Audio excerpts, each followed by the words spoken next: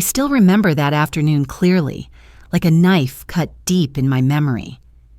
The phone in my hand was shaking, not because of the poor signal, but because my hand was completely exhausted. I had just called my only son, Daniel, to ask a seemingly harmless question. "Honey, when is your wedding with Melissa so I can prepare?" It wasn't Daniel's voice on the other end of the line, but Melissa's. Her voice was sweet and even, but cold enough to be like a winter wind blowing through my house. "Oh, Mrs. Miller," she said, enunciating each word. "We got married yesterday. We only invited special people." Those special people. I froze. My ears rang, as if someone had just slammed a metal pan against my head. I tried to grip the phone, but it felt like 1,000 pounds. In the silent living room, the only sound was the ticking of the wall clock and my own labored breathing. Daniel stood somewhere near Melissa, but he didn't say a word. I imagined my son's eyes averted, his head down, letting his wife stab me in the heart with 4 short words. I sat down on the sofa, the one I had bought with my savings after months of working. Melissa sat calmly on another chair, repeating the same sentence as if to drown me out again. "Only special people are invited." I swallowed. The image of the turquoise dress I had bought 2 months ago immediately flashed through my mind. I had imagined wearing it on my son's wedding day, the day I had once believed would be the happiest day of my life. I had even bought a new, shiny pair of shoes and hung the dress in my closet, smiling every time I passed it, imagining myself standing next to Daniel, taking a picture with the bride and groom. Now it all makes no sense. The dress hung silently in the closet, becoming proof of my illusion. The shoes never touched the ground, gathering dust behind the wooden door. I had been preparing for months, and Daniel was preparing for a life without me in it. Melissa smiled thinly, her lips curving up as if she'd just defeated an opponent in a fight. "It's a small wedding," she explained. "Just my parents, my siblings, a few close friends." My insides twisted at that. I knew she was lying, but what hurt more was that Daniel didn't argue. My son, the baby I'd once held in my arms, sat silently like an accomplice. Everything around me faded away. The family photo on the shelf where Daniel had grinned in high school, the old watch that belonged to my husband, Daniel's father, who had died more than a decade ago. Everything seemed to turn away from me. I felt like I was being thrown out of my own life. 30 years of raising a child alone, paying for every meal and sleep, tuition, rent, even the engagement ring Daniel gave Melissa. I contributed money for. And now, when the big day came, I became an outsider. No, worse than an outsider. I became someone who was not special. I wanted to scream, to question Daniel right away, but my throat was tight. The tightness was both bitter and humiliating.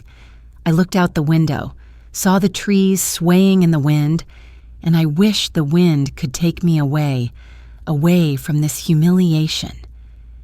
When Melissa hung up, the room was silent. I sat motionless for hours, listening only to the pounding of my heart.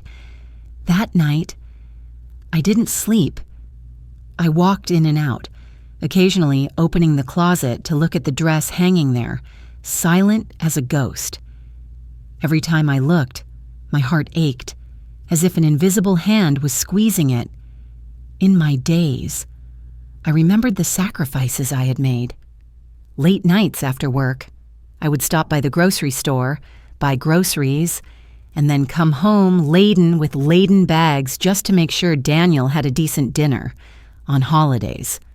I would spend my small bonus on gifts for Melissa, hoping she would feel as welcome as a daughter. I thought love, sacrifice, and money could hold a family together. But it turned out I was paying for a third-class ticket to my own life, a ticket that would eventually be torn up without mercy. As dawn broke, the first rays of sunlight streaming through the glass windows, I looked at myself in the mirror.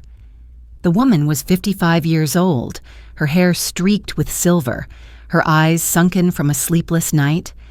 But in that look, I saw a new crack, a crack that signaled that something inside me had just collapsed, and something else was about to rise. That day, I understood one thing. The moment Melissa said, "only special people," I not only lost the chance to attend my son's wedding, I also lost the illusion that love could be bought with unconditional sacrifice. And from that moment, a smoldering fire began to burn inside me, even though I didn't realize it at the time. I started working when Daniel was 3 years old. When my husband died of a sudden heart attack, I was left with no choice but to carry the weight of the world on my shoulders as a 25-year-old woman. 2 empty hands, a small child, and a mountain of bills that never stopped. During the day, I worked at a grocery store, pushing carts and working the cash register. At night, I cleaned an insurance company office, silently dragging a mop across the cold tile floor. I could barely tell a day from night. There were times when I would collapse from exhaustion while mopping, but Daniel's cries would ring in my head, and I would try to get up again. I never complained to my son. I didn't want him to grow up feeling indebted. I wanted him to think that his mother was strong, that life wasn't so scary. But behind the smile I tried to keep on my face, there were nights when my hands trembled as I counted every penny to make sure I could buy milk the next morning. I remember the winter when Daniel was in 3rd grade. It was so cold that the pipes in the house froze, so I had to boil water on the stove and carry small pots into the bathroom so he could have warm water to bathe.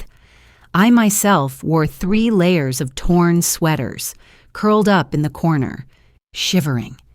I ate instant noodles for 2 weeks, just to save up money to buy him a new coat. The day I gave it to him, Daniel smiled brightly, hugged me and whispered, "Mom is the best person in the world." Those words were enough to last me a lifetime. When Daniel entered high school, he wanted to join the basketball team. I worked overtime, cleaning the warehouse every weekend to pay for uniforms and practice equipment. I remember driving him home from practice every night, his shirt soaked with sweat, but his eyes sparkling with pride. I thought, all this hard work was worth it. I don't date. I don't remarry, even though some people have asked me to. I always refuse because I'm afraid Daniel will feel deprived of his mother's love, afraid he will think that his mother has someone else more important than him. I choose to be alone so that my son can grow up with a feeling of complete love. I used to believe that it was a noble sacrifice. Daniel's college years opened a new path. Tuition in the U.S. is never cheap. I sold my old car, the only car in the family, to pay for his first semester. I walked 2 miles to work every morning, wearing a frayed coat, my feet blistered by worn-out shoes. But every time Daniel called to brag about his good grades, I forgot all my fatigue. I believed that if he succeeded, all my suffering would turn into happiness. I also helped Daniel buy his first car. It wasn't a new car, just a used Honda, but for him, it was a symbol of freedom. I signed the bank loan papers in his name, and over the next few years, I was the one who paid the installments regularly. I had no regrets. I was just happy to see him driving to school and working part-time. I put all my dreams into Daniel's every step. There were evenings when I sat alone in the small kitchen, looking at the pile of bills. Next to me was an old photo of my husband, smiling gently as if to say, "You can do it." I believed so. I believed that I could make this life a flowery path for Daniel, even if I had to walk on sharp rocks. But gradually, the "thanks, moms" disappeared. They were replaced by requests. At first, it was, "Mom, I need some more money for books." Then it became, "Mom, I need you to pay the rent this month." Then it became, "Mom, Melissa and I can't afford an engagement ring." Each time I told myself, just this once. But one followed another, a never-ending stream. Sometimes I spent hours rewriting my budget, cutting out all my personal needs. I didn't go on vacation, didn't buy new clothes, didn't get my hair cut at the salon. I spent it all on Daniel and Melissa. The thought kept running through my mind, if I don't help them, they will suffer. I forgot that I was a human being. I had the right to live comfortably. I also needed to be cared for. One time, I remember standing in front of a shoe store. My old shoes were so worn that the heels were about to fall off. I looked at the new ones in the window. They were $60 and sighed as I walked away because I only had $70 in my wallet and I knew Daniel would call any minute. I saved the money for my son. I left the store with bleeding feet but a comfort in my heart. At least my son won't be in need. But now, when I think back, every little detail stabs my heart. I sacrificed my whole life, traded away all my personal needs, from happiness, love to self-respect, just to exchange for something that turned out not to exist, gratitude. I used to believe that I was building a castle with bricks of love, but the truth was that I was building a castle with sand, and just a small wave was enough to wash it all away. A week after the day I wanted to erase from my memory, my phone rang in the early evening. Melissa's name flashed on the screen.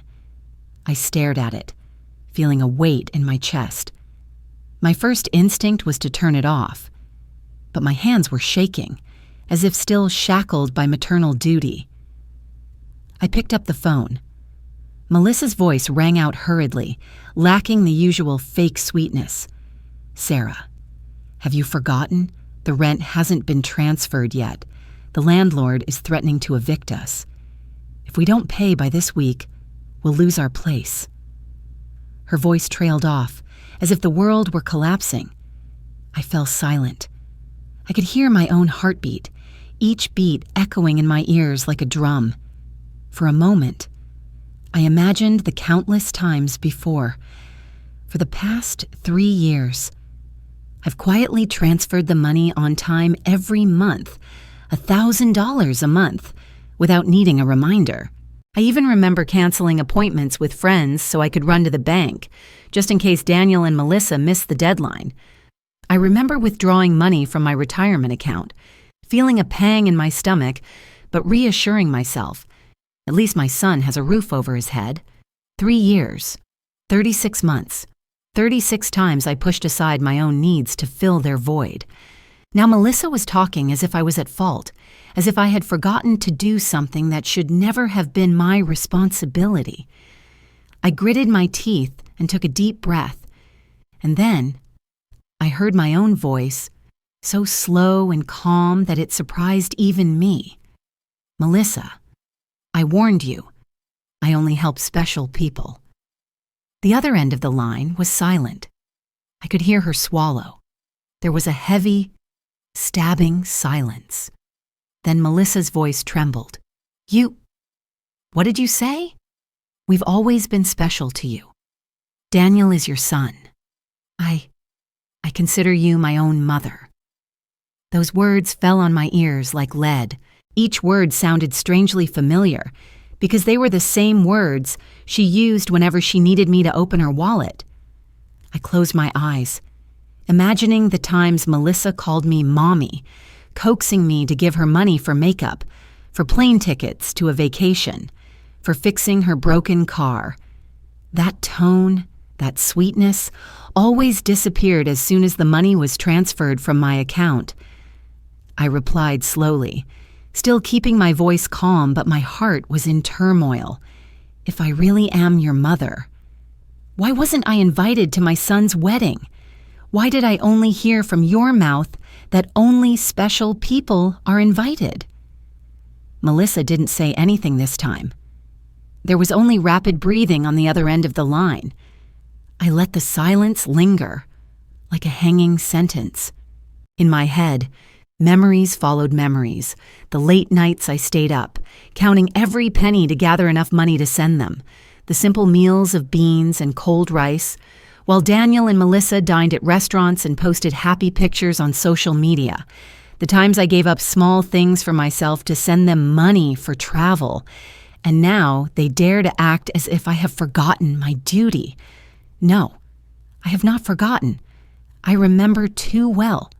I remember every penny I spent. I said it again, slowly, clearly, as if carving each word into a stone wall. Melissa. I didn't forget. I just decided that from now on, I will help people who are really special to me. There was a sob on the other end of the line. Then Melissa tried to hold it back, changing her tone to sweet. Sarah, please don't do this. You know how difficult it is for us. Without you, we wouldn't survive. That sentence was like an arrow piercing into the truth that I had been deliberately ignoring for so long. I realized, to them, I was not a mother, nor a relative. I was just a lifeline of money. They never thought that I could fall apart. I hung up without another word. After the call ended, I sat quietly, the room bathed in the pale yellow light of the desk lamp. I felt a strange sensation, both trembling and relief. For the first time in years, I didn't rush in to save the day. I left Daniel and Melissa to fend for themselves. I wasn't dead. My heart was still beating. The world was still spinning. And I realized, it turns out, I could say no. That night, I lay in bed, unable to sleep, but no longer crying. Instead, I thought of a different tomorrow. A tomorrow where I would no longer be bound by requests, begging calls, urgent need for money messages. A tomorrow where I could live as a free person. For the first time in years, I felt a small, faint but distinct flame burning inside me. I spent the next morning sitting in the kitchen, an old notebook and a worn-out ballpoint pen in front of me. On the table were piles of bank papers, transfer receipts, statements that I used to fold up quickly and shove into a drawer as if I didn't want to see them. Today, I spread them out, one by one, as if I were spreading out my entire life. I started adding up. $1,000 a month for rent. 36 months, $36,000 total. Add to that the odd items, $2,000 for the engagement, $3,000 for furniture, $800 for the wedding dress Melissa said she couldn't afford. I crossed each item out, writing it in a small column, my handwriting shaky but clear. The number appeared coldly, over $50,000. I stared at the last number, my heart aching. $50,000, the money I had saved for years, from my cleaning job, from the overtime I had to swallow my tears, from the savings my husband and I had dreamed of using to travel when we were old. I close my eyes, and my husband's face appears in my mind. Robert. He died too soon, leaving me with a small son and a void that could never be filled. When he was alive, we often sat and plotted our futures, a trip to Europe, a small house in the quiet suburbs, a peaceful retirement together. Now, all that was left of that dream was a cold number on a piece of paper, the number I had single-handedly given to Daniel and Melissa. I could see Robert shaking his head in disappointment, his sad eyes asking me, "What have you done to our lives?" I bit my lip until it bled. Tears welled up in my eyes, but this time they were not the tears of a mother who loved her child. They were tears of anger, of bitterness, of the undeniable truth. I had turned myself into a living ATM, a crying ATM. I remember every moment when Melissa called to ask for money, when Daniel texted, "Mom, I need it fast." There was never a question of, "How are you?" or "Do you need anything?" For 3 years, I had allowed myself to be blinded by the illusion that I mattered, that I was indispensable in my sons' lives. But in truth, I was only important to their wallets. I opened a drawer and took out an old handwritten letter Daniel had written in high school. "Mom is the best. I will take care of you for the rest of my life." I looked at the scribbled words and my heart ached. The boy was long gone. Now there was only a 35-year-old man who relied on his mother as a source of regular income. I wiped my tears, took a deep breath. Sitting up straight, I added one last line under the calculation column. Total, $5,800. I write in bold, capital letters, as if carving a tombstone for my own naivety. That number isn't just money. It's years of neglect. It's shoes I didn't buy, doctor visits I put off, nights I lay awake worrying about other people's bills.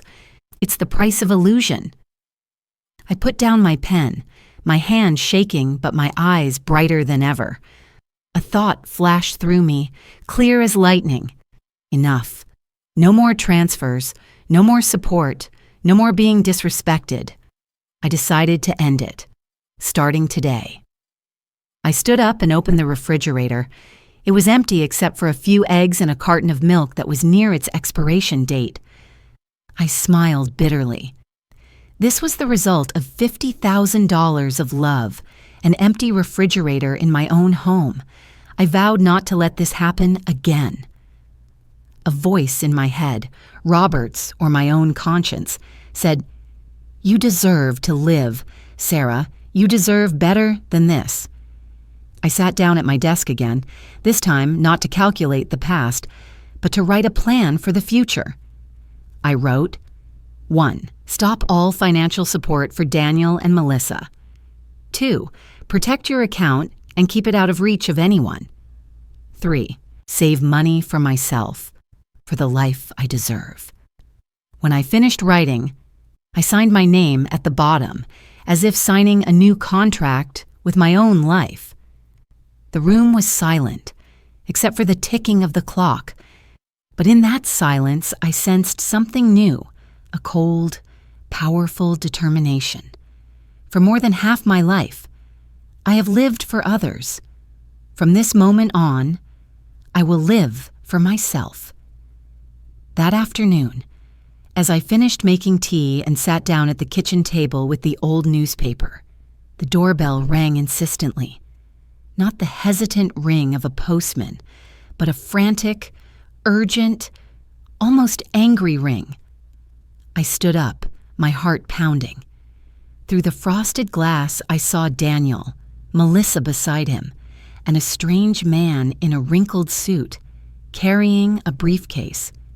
I opened the door. Daniel entered first, without waiting for my invitation.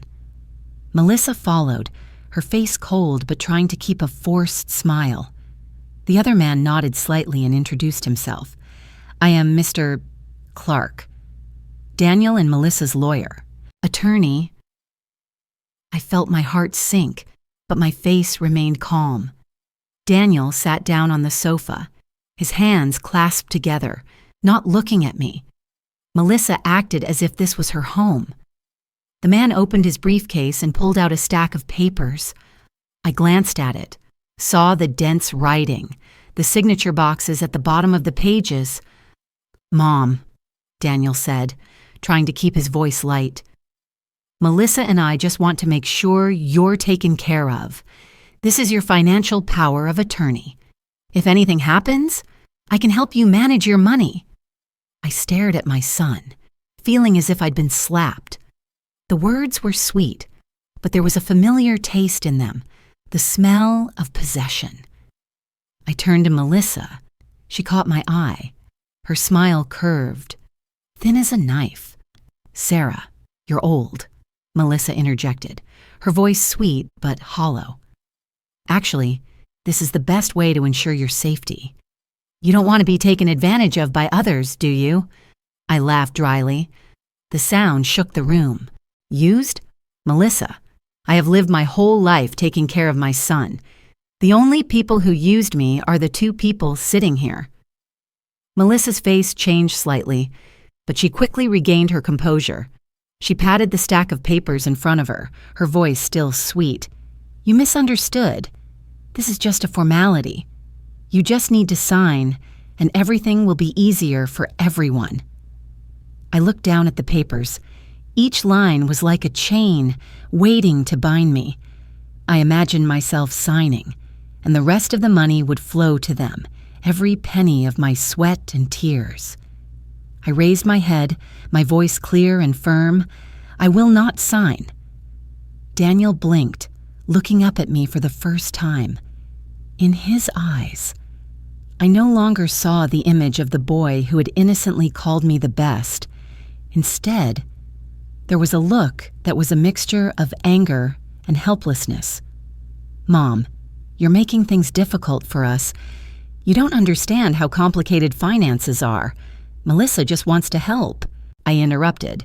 "No. Actually, you understand better than ever. And because you understand, you never let anyone touch your money again." The air was thick. The man named Clark cleared his throat and tried to interject. "Mrs. Miller, you should think carefully. This is a legal action, entirely for your benefit." I looked him straight in the eye. "Mr. Clark, I've been alive for over half a century, and I know when someone wants to take my property. You'd better put that paper away before I call the police." Melissa stood up angrily, her smile gone, revealing a cold look in her eyes. "You will regret it. Sarah? Do you think you can do it alone? You are old. No one will be there for you." The words were like a knife to the chest, but instead of collapsing, I felt a surge of heat. I stood up, slowly but surely, facing Melissa. We were close enough that I could see the cracks in her lipstick. I'd rather be alone all my life than live like a puppet in the hands of two people. Melissa clenched her fists, then turned to pull Daniel. He hesitated for a second, looking at me, but then stood up. They left, leaving the room filled with the smell of sweet perfume and the thick air. When the door closed, my legs went weak, and I had to hold onto the table to keep from falling. The house was quiet again, but the silence was as heavy as a tomb. I gasped, my heart pounding. Melissa's threat echoed, "You will regret it. I know the real battle has just begun." As the sound of their car faded down the street, the house fell into absolute silence. I stood motionless for a long moment, then collapsed into a chair, covering my face with my hands. My heart was pounding, but the tears were too much to hold back. They spilled out, hot, running through my fingers, wetting my shirt. I cried like I had never cried before. Not the silent tears of years of raising a child alone, nor the silent tears of watching the bills pile up. This was a cry that burst from the depths of humiliation, the cry of a mother who realized that her son no longer considered her blood, but only an obstacle to be removed. I looked around the house. The kitchen with its scratched wooden table, traces of the many meals I had prepared for Daniel. The clock on the wall ticked, reminding me that time was still passing, indifferent to my pain. Every corner of the house held a memory, but now those memories suddenly became knives stabbing my heart. At night, I didn't eat or drink anything. I just huddled in the living room, surrounded by darkness, as if the whole house had become a giant box that imprisoned me. The sound of the wind blowing outside the window mingled with the sobs in my throat. I thought about Daniel, about the way he fell silent when Melissa spoke for him, about the way he avoided looking at me, about the brief hesitation before leaving to follow his wife. I wondered, in that moment, did he still see me as his mother, or just an obstacle? The pain piled up like waves, one after another. I remembered Daniel's little hug when he was a little boy, the way he used to crawl into my bed during nightmares, the time he cried, "Mommy, don't go," when I had to go to work the night shift.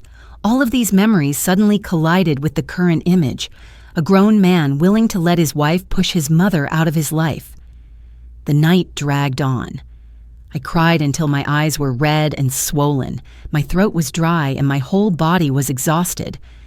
Finally, I fell asleep on the sofa, wrapped tightly in a thin blanket like an abandoned child. The next morning, sunlight filtered through the curtains and woke me. I opened my eyes, feeling heavy-headed, as if I had survived a storm. I trudged into the bathroom and turned on the light. The reflection in the mirror made me pause. The woman in the mirror had red eyes, dark circles under them, and disheveled hair, but there was something different. Her eyes, though tired, had a strange light. I stared, barely recognizing myself. There was pain in them, despair, but also something hard, a seed of rebellion. I placed my hands on the sink and whispered to myself, "Enough." The sound echoed in the small room, sounding like an oath. I repeated again, more forcefully, "Enough." My tears have dried up since last night, leaving room for determination. I understand that if I don't change, if I continue to let myself be used, I will have nothing left, no money, no dignity, no soul. I will become a shadow of my own life. I splashed cold water on my face, the icy feeling sobering me. I brushed my hair, put on a neat shirt, and stepped out of the bathroom as if stepping into a new role. But this time, not the role of a resigned mother, but the role of a woman who knows how to protect herself. There are still vast emptinesses and deep wounds in my heart, but I know that from this loneliness and tears, something is being reborn. I no longer want to exist just to serve others. I want to live. I want to stand tall, not bowing to anyone, not even my son. I sat down at the kitchen table and took out a blank piece of paper.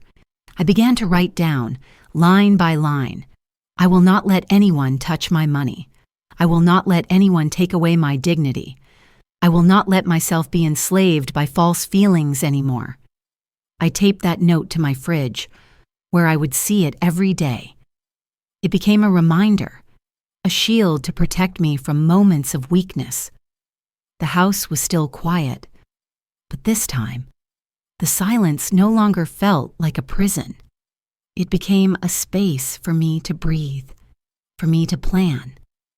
I felt clearly that a new chapter was waiting for me to enter, even though I knew that there would be many storms ahead. I stood up straight, looked around the kitchen, and whispered to myself one last time, "From now on, I will never let them touch me again." The next morning, I grabbed my bag and walked out of the house with a strange determination. It was cold. The wind carried the smell of smoke from the cafes around the street.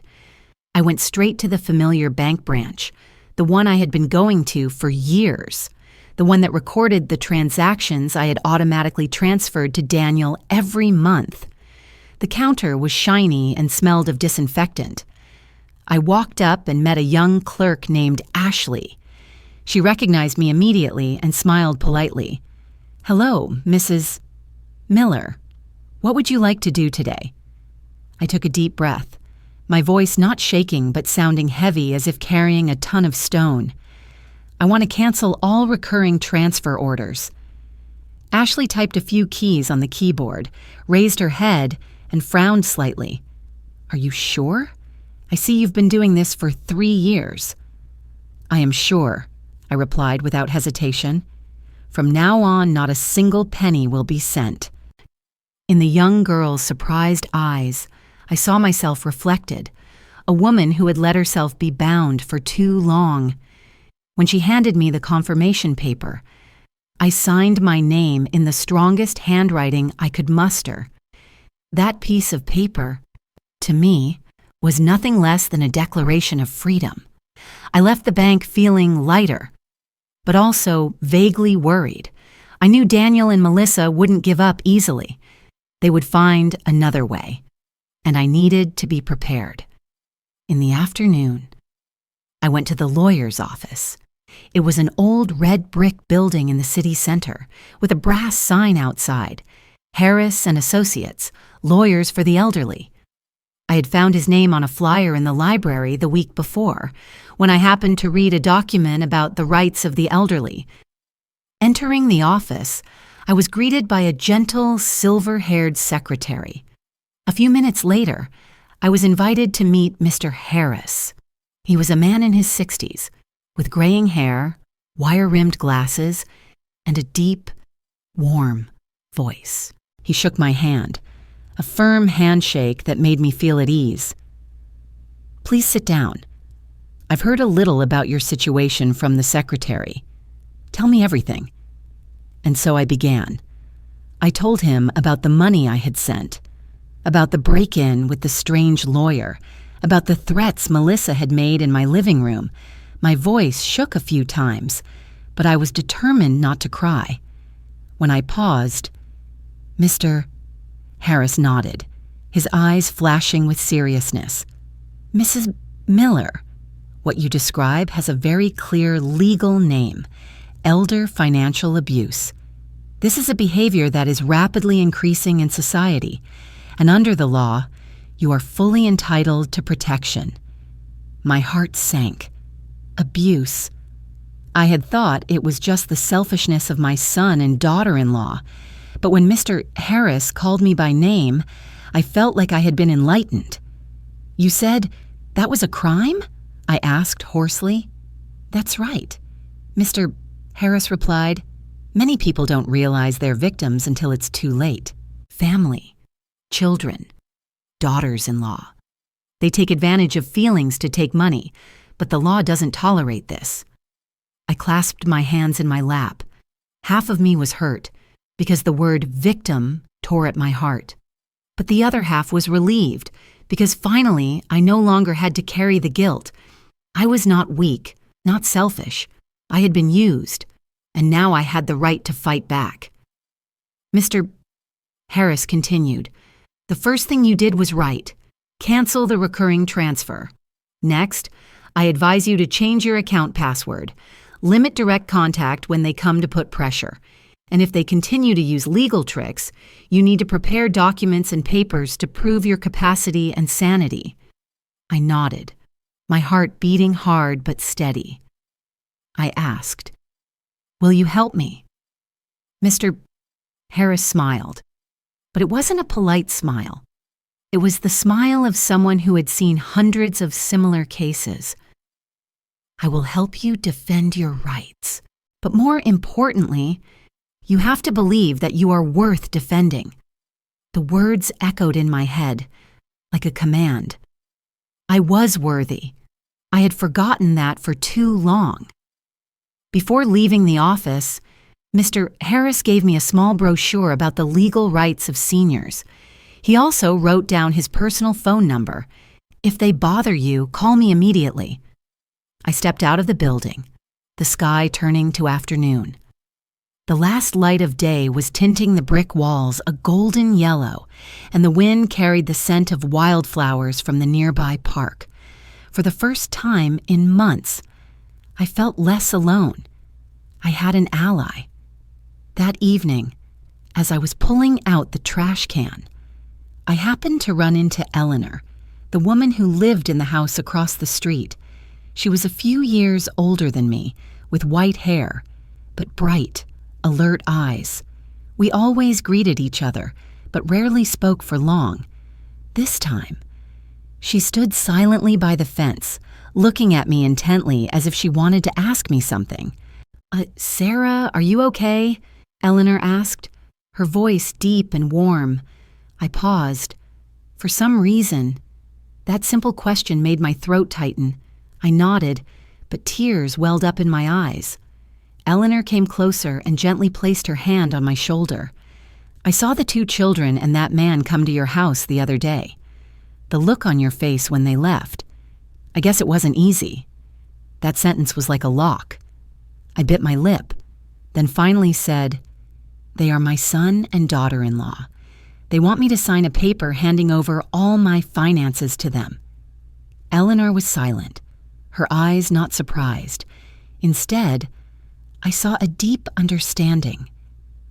"Sarah, "I've been through the same thing," she said softly. "My son and his wife almost cost me this house." I was stunned. I thought I was alone in my humiliation. It turned out that someone in my immediate neighborhood was suffering the same trauma. Eleanor invited me into her living room, where the warm scent of cinnamon and pine filled the room. A pot of hot tea was on the table, as if she had been waiting for me. We sat across from each other, and she began to tell us about the times her son borrowed money and didn't pay it back, about the fake documents her daughter-in-law brought, about the nights she cried alone. As I listened, I shivered, because those details were exactly like the life I had just experienced. I thought I was a failure as a mother. I confessed, if I were better, maybe they wouldn't treat me like that. Eleanor shook her head, her eyes determined. Never think that. We are not wrong in loving our children. The only mistake is that they take advantage of that love. Her words were like a knife cutting the rope of guilt that had been holding me so tightly for so long. I sat silently, feeling the weight on my shoulders lighten a little. Eleanor also told me that she belonged to a support group for women in her neighborhood who had been financially exploited by their families. They met once a week at the little church down the street. She invited me to join on Friday night. I followed her there. The church was simple. Warm yellow light pouring through the stained glass windows. Inside, about 8 women sat around a long wooden table. They were all older, with gray hair, but their eyes were full of determination. When I entered, they all turned and smiled. Eleanor introduced me. Then each woman shared her story. One woman lost most of her pension because her son invested. Another was pressured by her daughter to sign a mortgage. The room was filled with similar wounds, but instead of despair, they turned their pain into strength. When it was my turn, my throat tightened. But I took a deep breath and spoke about the money, about the wedding dress I never wore, about only the special ones. My voice trembled, but no one judged. A few nodded. A few squeezed my hand, their eyes welling up. When I finished, the group was silent for a few seconds. Then someone burst out laughing bitterly. "Oh my God, that sounds just like my daughter." She also told me not to interfere in her private life after she had cleaned out my savings. Laughter spread, not from joy, but from bitterness. I laughed too, for the first time in months. In that laughter, I realized a truth. I was not a misfit, and certainly not a bad mother. I was just one of countless people who had been betrayed by family love. We talked for hours. They showed me how to manage my retirement, how to cut off toxic contacts, how to build my own life. One woman even joked we should form a broken ATM club. From now on, anyone who comes to withdraw money will see an error message. The group laughed. I smiled. And in that smile, I felt my heart warm again. That night, when I returned home, I stood in front of my house and looked up at the starry sky. I felt something clear. I was no longer alone. I had Eleanor. I had that group of women. I had stories like mine. They were not just allies. They were mirrors in which I could see myself, not as a failure, but as a survivor. I whispered to myself, "Sarah, you are not alone. You have never been alone." One morning, while I was raking leaves in the yard, a gray car stopped in front of the house. A woman got out wearing a dark blue jacket and carrying a briefcase. She introduced herself. "I am Linda Parker, a social services worker. We've received a report that you are showing signs of losing the ability to care for yourself and manage your finances. I need to talk to you." I was stunned for a few seconds. Each word was like a knife stabbing into my chest. Report? Incapable of caring for myself? I knew immediately who was behind it. Melissa. I invited her into the house. My hands were cold, but my voice remained calm. "Yes, please, In the living room, Linda opened her notebook and began asking questions regularly, her voice indifferent. Do you often forget to take your medication? Do you feel isolated, without anyone to care for you? Do you often make mistakes when managing money? Bills? I listened to every word, my heart pounding, angry and panicked. But I remembered Mr. Harris's advice.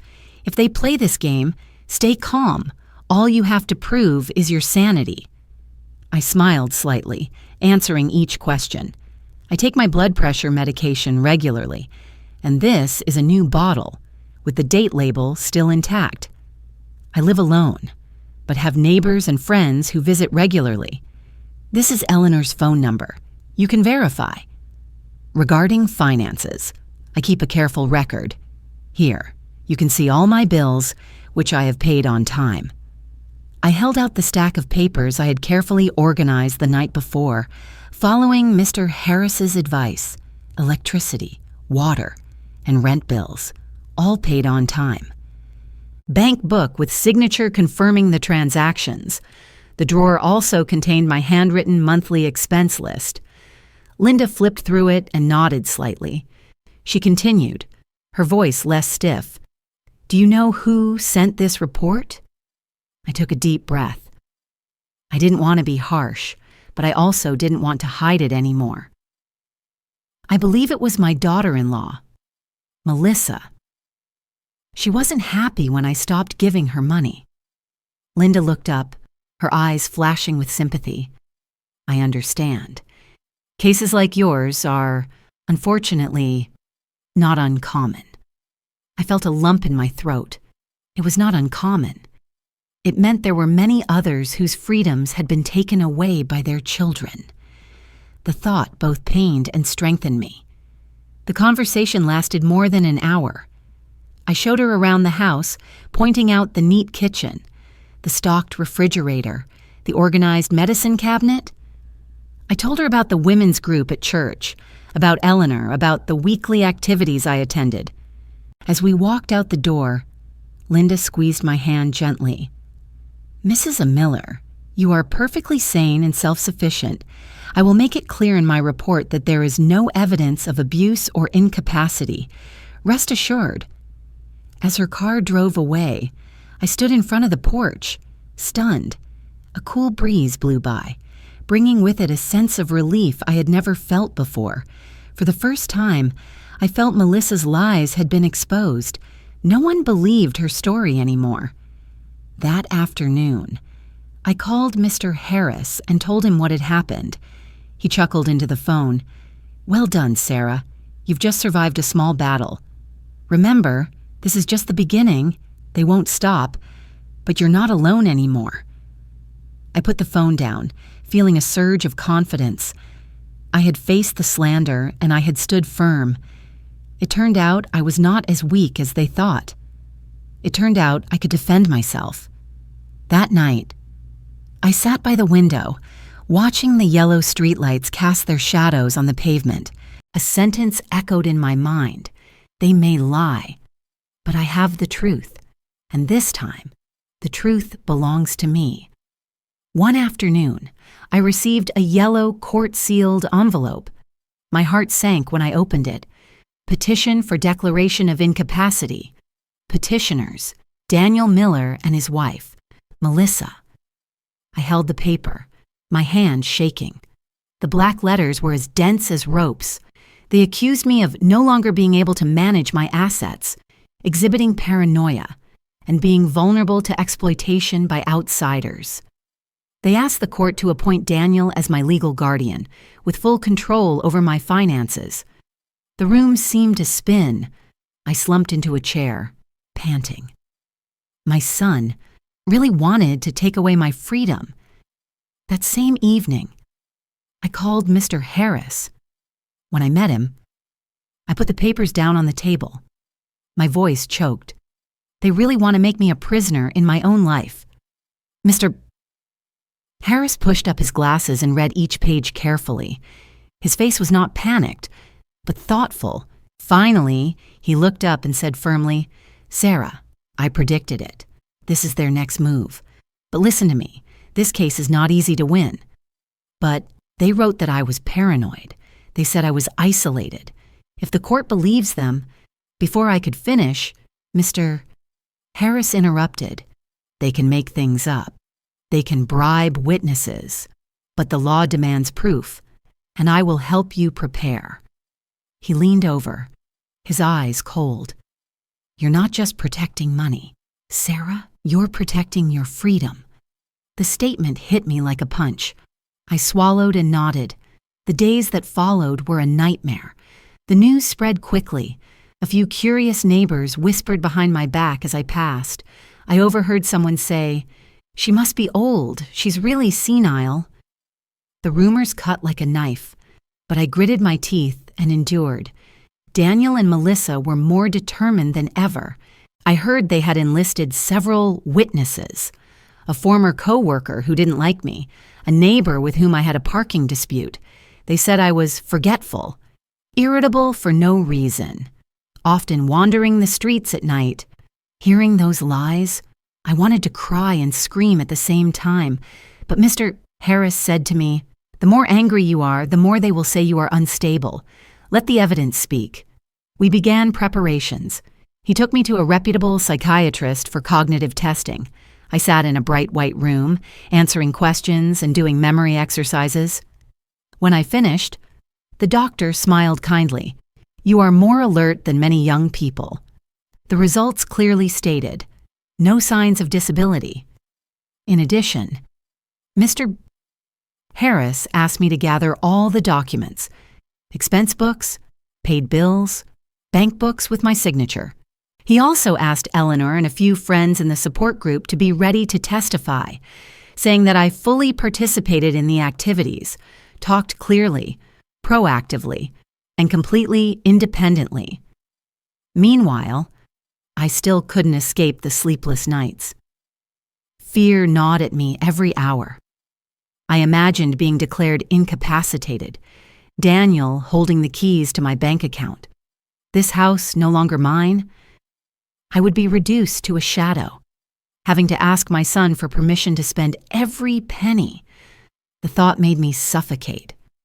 One night, I cried in the dark, but then I remembered Mr. Harris's words, freedom. I wiped my tears and whispered to myself, they can take everything away, but I will not let them take away my freedom. The court date was set. I marked it in red on my calendar, my heart sinking every time I looked at it. The biggest fight of my life was coming. The days flew by as if someone were pushing the clock. I was both scared and frantically preparing. Mr. Harris made it clear, to win, we must have solid evidence. They can lie, but your truth must be as sharp as a knife. Early one morning, I went to the neurology clinic where Dr. Amour worked. The room was brightly lit, the smell of antiseptic lingering in the air. The doctor was a thin, middle-aged man with kind eyes behind thick glasses. He gave me a series of tests, memorize a series of numbers, read a passage aloud and repeat it, draw circles, and name animals in 1 minute. My heart was pounding. I was nervous, like a student about to take a final exam.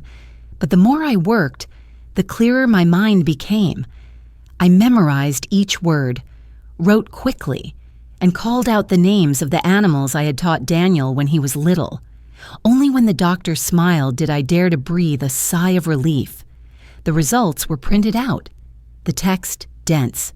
But there was one sentence I read over and over again, 10 times. The patient was alert, with no signs of dementia or incapacity. I held the paper, my eyes stinging. It was more than a medical report. It was like a talisman.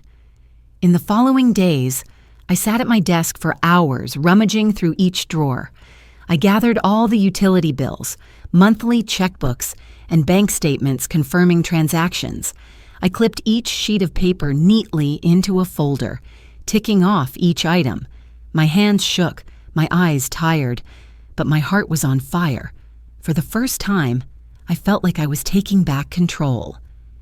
Eleanor and the women from my support group came to my house to help me. They sat around the kitchen table, reading through my papers, suggesting what I should tell them in court. They laughed and joked that they were like an army of old warriors preparing for battle. "Sarah, you are not alone." Eleanor took my hand. "We will stand by you." I looked around and saw 8 women with silver hair and bright eyes. I choked up. In all my life, I had never had such a team on my side. Not when I was raising my children alone, not when I was quietly working the night shift, but now. At 55, I had true allies. That night, I sat down to write my statement. I recounted every detail: the money I had given, the time I was excluded from the wedding, the pressure to sign the power of attorney. I wrote it straight, without embellishment or excuses. Mr. Harris said, "The simple truth is the most powerful weapon." I practiced reading my statement aloud in front of a mirror, trying to keep my voice steady. At first my throat trembled, but gradually I heard my own voice clearly, without any choking. At times, I burst into tears, but Eleanor reminded me, "It's okay to cry, but don't let your tears hide the truth." The night before my trial, I lay in bed unable to sleep. The darkness was thick, but a thought shone brightly in my mind. Tomorrow, I would not just be the mother who was betrayed. I would be the woman who stood up for herself. When dawn came, I was dressed in a simple pale gray suit, my shoes polished. I looked in the mirror, staring into my eyes. I saw fear and pride. Part of me wanted to run, but the other part screamed, "Get up! Sarah, this is your fight!" I picked up my files and walked out of the house. Outside, the sky was blue. The road to the courthouse seemed endless, but I knew I wasn't alone. Inside the briefcase, each document was like a solid brick. Next to me was the lawyer, Eleanor, and the group of women. For the first time in years, I no longer felt like prey. I was a warrior. The courthouse was packed that morning. I sat on the wooden bench, my hands gripping the file so tightly that my nails dug into the paper. The air was stuffy. The sound of my shoes clicking on the floor was steady. I could feel my heartbeat matching that sound, rapid and tense. Daniel and Melissa walked in from the opposite side. Both were dressed neatly. Daniel in a dark suit, Melissa in a long black dress, their faces heavily made up. But what made me shiver was the way they acted. When they sat down, Melissa gently held Daniel's hand, her eyes red as if she had been crying. The judge, a silver-haired man, banged his gavel to open the trial. The atmosphere in the room immediately fell. Their lawyer stood up first. He spoke in a grave, urgent tone. "Your Honor, my clients, Daniel and Melissa Miller, are extremely concerned about Sarah Miller. They believe she is no longer mentally capable of managing her own finances. She is isolated, vulnerable to outside manipulation, and is putting herself in danger. They just want to protect their mother from abuse." Daniel bowed his head, his shoulders shaking as if he was choking. Melissa handed him a tissue and wiped his eyes, a sight that caused several people in the room to whisper. Then it was their turn to testify. Daniel stood up, his voice trembling. "I love you, Mom. But I can't pretend anymore. I saw you forgetting to pay the bill. I saw you sitting alone crying.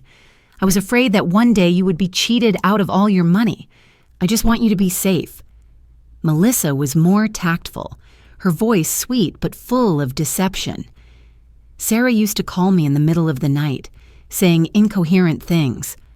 I was worried that she was losing control. I considered her my mother, and it hurt to see her like that. I listened to every word, my throat tightening. Lies. Each word was like a thorn stabbing into my heart. But I didn't cry. I took a deep breath, reminding myself to wait my turn. Finally. Mr. Harris stood up and motioned to me. I walked to the witness stand, my legs shaking but my heart burning. The judge looked at me through his thick glasses and said sternly, "Ms. Sarah Miller, please." I placed my hands on the edge of the podium and took a deep breath. "Your Honor, my name is Sarah Miller. I am 55 years old. I live alone, and I am fully capable of managing my own life." I opened the file, my voice clear. "This is Dr. Moore's medical certificate, certifying that I am sane and have no signs of incapacity. Here are all my electricity, water, and rent bills, which I have paid on time for many years. Here is my monthly expense book, handwritten." I looked up and looked straight at the judge. I am not confused. I am not being manipulated by anyone. The only people who want to control me are my son and his wife. There was a murmur in the room. I saw Daniel's head bowed and Melissa's lips pursed. I continued, my voice slow but sharp as a knife. "I have given them over $50,000 in 3 years. I paid for the rent, the car, the furniture. But when I stopped, they accused me of being insane. And worse, they excluded me from my own son's wedding, saying that only special people were invited." The words echoed through the room, silencing the room. I felt tears well up in my eyes, but I didn't let them wash over me. I continued, more forcefully. "I don't need pity. I don't need anyone managing my money. I need justice. I need to be seen as a person with dignity." Mr. Harris stepped forward and added, "Your Honor, what Ms. Miller has just presented is completely consistent with the evidence we have submitted. Not only Dr. Yi Moore, but many other witnesses are also ready to confirm her sanity." Eleanor was called in. She walked slowly but steadily, testifying that I was functioning, talking, and managing my daily life perfectly normally. Several people from the support group also spoke up, describing meetings in which I had attended fully and enthusiastically. Each word they spoke was like bricks in a wall, shielding me from the knife of accusation.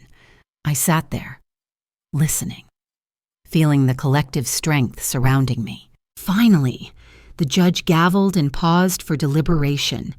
I returned to my chair, my legs weak, but inside, I no longer felt small. I had stood up straight, had told the truth, and was no longer the mother with her head bowed and trembling. As the last light of day filtered through the tall glass windows, I whispered to myself, whatever the outcome, I have regained my voice. The air in the courtroom froze as the judge returned to his chair. I heard the gavel bang 3 times, a heavy thud that silenced everyone. He adjusted the thick file in front of him and looked down at us through the glass. After reviewing all the documents, testimony, and medical evaluations, his voice was slow and clear. The court concluded that Sarah Miller was of sound mind and competent to manage her finances and personal life. The request for legal guardianship filed by Daniel and Melissa Miller was denied. In that moment, I felt as if a weight that had been weighing me down for years had been lifted from my shoulders. My heart pounded, then expanded as if a light had shone upon it. I held Eleanor's hand tightly as tears welled up in my eyes, but this time they were tears of relief. The room erupted in whispers. Daniel stood up, his face red. Melissa grabbed her husband's sleeve, whispering something, her eyes flashing. They gathered up their papers in a hurry, then turned and walked out of the courtroom, the wooden floor echoing with heavy boots. I watched, no longer angry, no longer pleading, just silence, finality. Mr. Harris leaned over and whispered, "You did it, Sarah." I smiled, my face wet with tears. "No, we did it." As I stepped outside, The bright sunlight streamed down the courthouse steps. I took a deep breath, the cool air rushing into my chest, spreading throughout my body. Everything around me suddenly became alive. The chirping of birds in the trees, the faint smell of coffee from the small shop across the street, the laughter of a few passers-by. Everything felt new, like I was truly alive for the first time. Eleanor hugged me and whispered in my ear, "You won not only in court, but also yourself."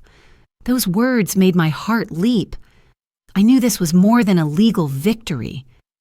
This was a resurrection. I had risen from the ashes, reclaiming the freedom that had almost been taken from me. In the days that followed, I decided to make a radical change. I put the old house up for sale, a place once filled with memories, now filled with ghosts. I signed the papers with a strange calm. As the money was transferred into my account, I didn't think of Daniel or Melissa. I thought of myself. I found a small apartment in the city center. It was not large, but bright, with a balcony overlooking a green park. The day I moved in, I hung a small flower pot on the porch. It felt like starting a new book. Every morning, I walked around the park, breathing in the fresh air. I signed up for painting classes, my hands shaking as I held the brush. But in each stroke, I felt my soul blossom. I made new friends who knew nothing of Daniel or Melissa, only that I was Sarah, a 55-year-old woman learning to live for herself. At night, I open the window and listen to the murmur of the city. I no longer cry in the dark, no longer fear the ringing of the telephone. I know I have escaped the cage. One time, Eleanor came to visit. We were sitting on the balcony drinking tea. She looked at me, smiling brightly. "Sarah, you look different. Your eyes are like fire." I smiled and slowly replied, "I found myself again." One thing resonated clearly in my heart. Freedom is not something that is given to you by others, but something you dare to take, and that day, in court. I did it. Every morning, I open the balcony door of my new apartment, take a deep breath, let the wind carry the scent of grass from the park in. The birds chirp, the golden sunlight pours down on the tiled floor. I make a cup of coffee, sit quietly watching people passing by. No more urgent doorbell rings, no more shadow of anyone knocking on the door with a stack of papers in hand. Just me, my life, and peace. I started to reorganize my life. On Mondays, I went to art class. My hands, once calloused from work, touched the brush, spreading each stroke of color on the paper. At first, I only drew simple flowers, but gradually, I painted the sky, the roads, even my face in the mirror, an imperfect but strong woman. On Wednesday, I attended a senior yoga class. My body ached after the first session, but I laughed it off because the pain was proof that I was living for myself and not wasting myself on anyone else. On Fridays, I go to women's group at church. I no longer come as a victim. I tell my story and offer advice to those who are new to the cycle of being exploited by their children. I tell them, it's not wrong to love our children. It's wrong to use that love to tie us down. I put a portion of the proceeds from the sale of my house into a fund to help women who have been financially abused. I'm not rich, but I know every penny I give will help someone say no for the first time, like I did. Occasionally, I get rumors that Daniel and Melissa still talk badly about me, that they are bitter and blameful. But I no longer tremble. They no longer have any power over my life. I let go, not because I forget, but because I choose to live on. One evening, while sitting on the balcony watching the sunset, Eleanor said to me, "Sarah, you look so happy." I smiled and nodded. I no longer wait for anyone to accept me. I accept myself. The red sunset illuminated every wrinkle on my face, but for the first time, I saw that they were beautiful. Beautiful because they were proof of a life that had struggled, fallen, and stood up again. I know this journey isn't just for me. It's for anyone who has ever felt rejected or thought they weren't special enough. I want to say to them, and to everyone who's listening, true love cannot be bought with money. Unconditional sacrifice is not always rewarded with gratitude, but inner freedom, the right to be yourself, that is the greatest victory. It took me years to realize that. But if today, someone hears this story and finds the courage to stand up, then all the tears I shed will have been worth it. Thank you for listening to my journey. If you find this story meaningful, please support the channel so we can continue to tell more stories of ordinary people with extraordinary strength. Please share. Leave a message, because sometimes just a word of sympathy is enough to save someone from the darkness. I'm Sarah Miller, and I've learned to love myself